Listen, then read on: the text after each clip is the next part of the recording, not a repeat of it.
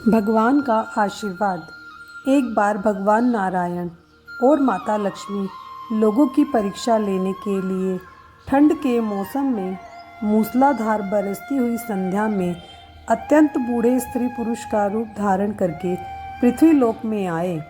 नगर के एक धनी सेठ के द्वार पर जाकर वे फाटक खटखटाने लगे। दरवाज़ा खोलकर सेठ जी ने जब उन्हें देखा तो बिगड़ कर बोला, अरे कीचड़ सने पाँव से सारे दालान में मिट्टी फैला दी, भागो यहाँ से।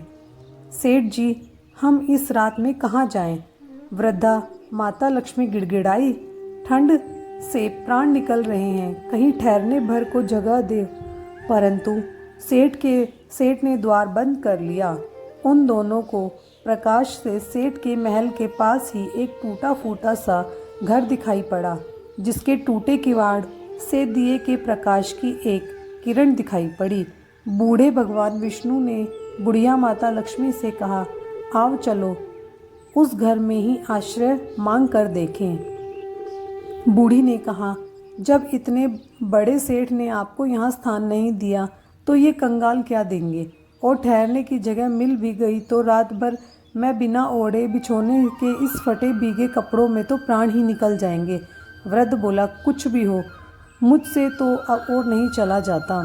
और उन्होंने आगे बढ़कर द्वार थपथपाया।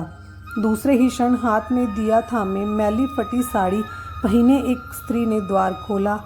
उन दोनों की दशा देखते ही वह करुणा भरे स्वर में बोली, हाय हाय, आप लोग इस अंधेरी रात में कहाँ भटक रहे हैं?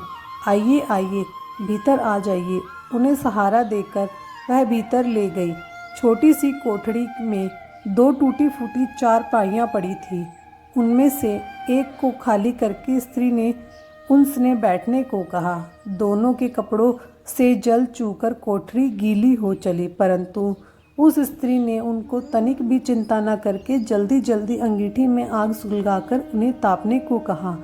फिर अग्नि पर से दो पुराने परंतु धुले हुए कपड़े लाकर बोली, बाबा आप दोनों अपने भीगे कपड़े उतारकर इन्हें लपेट लो। क्या करूं, मैं बहुत गरीब हूं, इससे ही इन दोनों कपड़ों से गुजर करनी होगी। आपके कपड़े मैं निचोड़कर फैला दूंगी। उन्हें कपड़े बदलवाकर दालान में गई और दो पीतल की छोटी छोटी थालियों में बथुए का साग तथा बाजरे की रोटियां रखकर ले आई। माताजी, उसने वृद्धा से कहा, आज मेरे घर में यही भगवान का प्रसाद है। मुझे बहुत दुख है कि ना तो घर में घी है, ना ही दूध, न चीनी। कोई बात नहीं बेटी, हमें तो यह भोजन बड़ा स्वादिष्ट लगा। वे दोनों खाते हुए बोले। थोड़ी देर में उस स्त्री का पति भी आ गया। वह बेचारा भी रोजगार की तलाश में दिन भर घूमकर अब थका हारा लौटा था। पत्नी ने अतिथियों को भोजन खिला देने के बाद चुपके से द्वार पर ही अपने पति को सब बता दिया। सुनकर वह भी बड़ा प्रसन्न हुआ। फिर दोनों ने अपने बिछोने उन दोनों वृद्धों को देखकर उन्हें तो खाट पर सुलाया और खुद दोनों एक फटा टाट ओढ़कर धरती पर लेट गए। रात काल ही जब बारिश बंद हो गई तो वे बुजुर्ग जाने लगे। स्त्री ने उन्हें हाथ जोड़कर सूरज निकलने तक रोका। फिर घर में जो कुछ चने पड़े थे उन्हें पीसकर आटा गूंदा, रोटियां बनाई, उनके लिए बांध दी और बोली, माता हम निर्धन हैं, इसी से जैसी सेवा करनी चाहिए थी वैसी कर ना सकी। आशा है आप क्षमा करेंगी। बूढ़ी माता लक्ष्मी ने उत्तर दिया, बेटी हम गरीबों की जो सेवा तूने की उसका फल तुझे भगवान देंगे। आज तू जो चीज़ छुएगी वह दिन भर खाली ना होगी।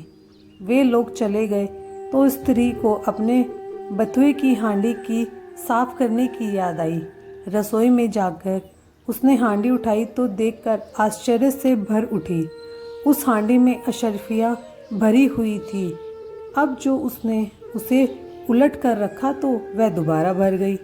वह उन अशर्फियों को उठाकर रखती और हांडी में दूसरी भर जाती।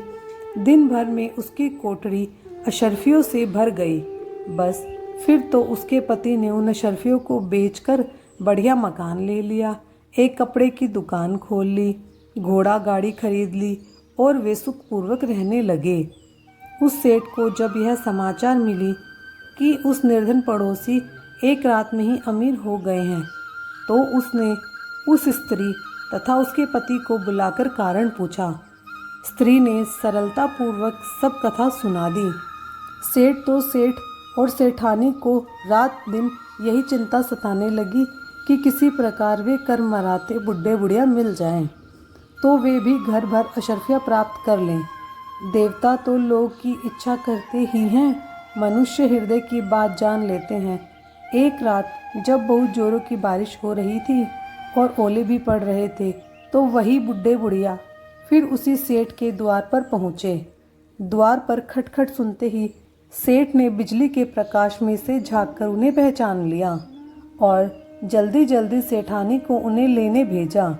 बिजली बुझाकर एक दिया हाथ में लेकर सेठानी बाहर आई और झूठी ममता दिखाकर बोली, हाय हाय बाबा, तुम कहाँ भटक रहे हो?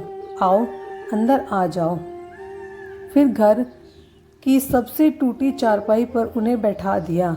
घर में अनेकों गरम वस्त्र होते हुए भी उनके लिए 2 फटे पुराने वस्त्र ले आई और बोली, बाबा घर में इस समय यही उपस्थित है।